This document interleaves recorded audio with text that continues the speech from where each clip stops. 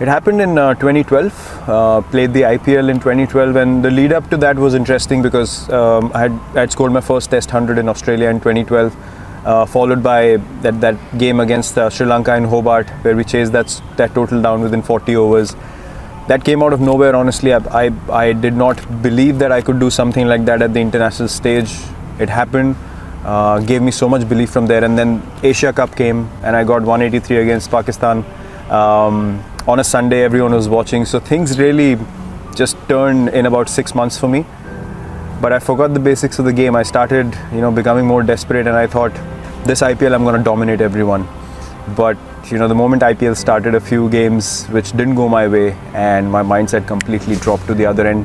I was eating anything that came in sight. I was finishing, candy packets, 40 pieces a packet. I would finish 3 packets a week. I was eating horribly, sleeping horribly. My habits were all over the place. And I finished IPL. I remember I went home, came out of the shower first day, and I saw myself in the mirror, and I was ashamed. It was literally, I saw myself and I thought, I'm looking at another human being, and I told myself, look, if you want to play cricket at the highest level, this is not the way that you can manage. And from next day onwards, I changed everything about my diet, the way I trained, everything, and from then on it was just an obsession. Look, when I step onto the field, I have to believe that I'm the best, because my mindset, as I said, was very clear from the first time I started playing this game. I'm not going to allow anyone to think that I'm just a pushover. So my mindset was, I'm going to go to Australia, and how am I going to score runs against these guys? I wasn't going out there to survive. And from the time I got back home till the Australia tour, I promise you, I was visualizing every day when I was working out in the gym that I'm hitting Mitchell Johnson, I'm hitting these guys all over the park. And those things came to life eventually, because I convinced myself to an extent. When I went there, I was absolutely fearless, and things just started flowing. To be honest, before that Australia tour, I was treating every foreign tour like, more like an engineering exam that I have to pass somehow, and I have to show people that I can play at this level.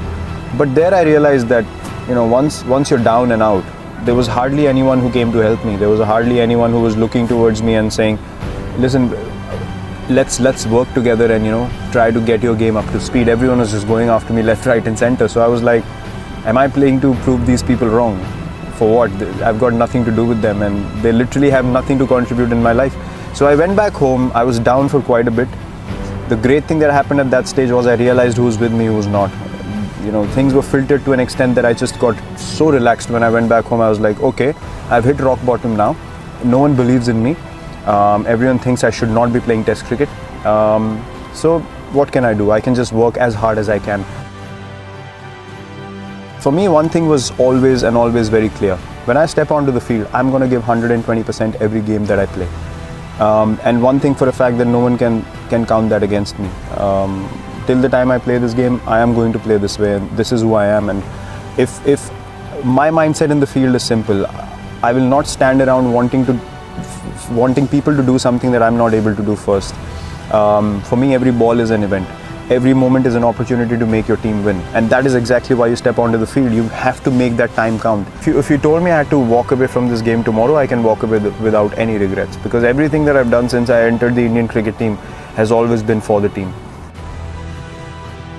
I've been booed by 40,000-50,000 people regularly when I enter the stadium. If I start focusing on those 50,000, I can't play a ball.